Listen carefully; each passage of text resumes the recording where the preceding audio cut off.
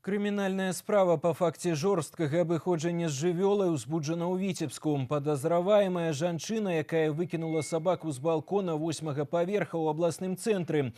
Пра здарэнне 26 лістапада а палове першай гадзіны ночы ў дзяжурную службу першамайскага РАУС паведамілі суседзі, якія чулі крыкі з кватэры на 8-м паверсе дома па вуліцы Чкалова і ўбачылі сабаку, які ляжаў пад балконам. На месца здарэння выбыла следча-аператыўная група, якая і знайшла на зямлі сабаку з прыкметамі падзення з вышыні.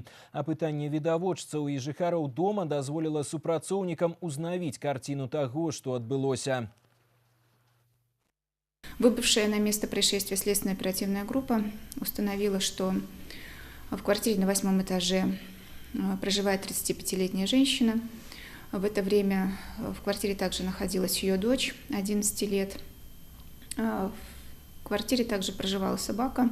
По словам женщины, собака ей надоела, так как она не была приучена к чистоте, поэтому она ее выбросила с балкона квартиры. Папярэдне ўстаноўлена, што падазраваемая ў момант злачынства знаходзілася ў стане алкагольнага ап'янення. Жанчына зараз нідзе не працуе, раней не судзімая. З верасня мінулага года сям'я знаходзіцца на ўліку як сацыяльна небяспечная.